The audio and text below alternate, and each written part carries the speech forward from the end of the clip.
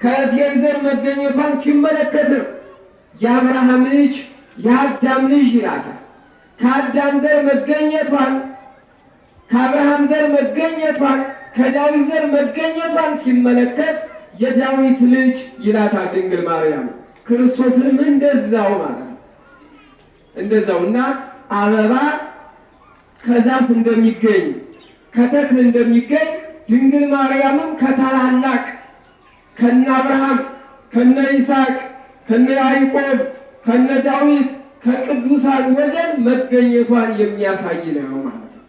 ስለዚህ ድንግል ማርያምንም አበባ ወይም ጽጌ ብሎ ተርጉሞ ይናገራልና ተፈጸመ ማኅሌተ ጽጌ ሲል የድንግል ማርያም ስደት አበቃ፣ የክርስቶስ ስደት ተፈጸመ አበቃ ማለቱ ነው።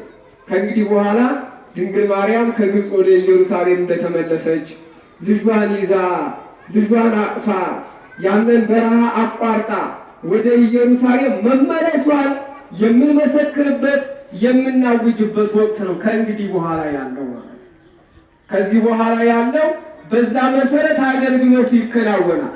ተመየጢ ተመየጢ እመቤቴ ድንግል ማርያም ሆይ ተመለሽ፣ ከግብፅ ወደ ኢየሩሳሌም ተመለሽ እያልን ዝማሬው ይዘመራል።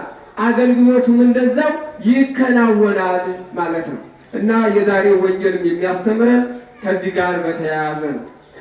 ክርስቶስ በሚያስተምርበት ዘመን አትጨነቁ ይላል። ጭንቀት በብዙ ወገን ሰው ታሞ ይጨነቃል።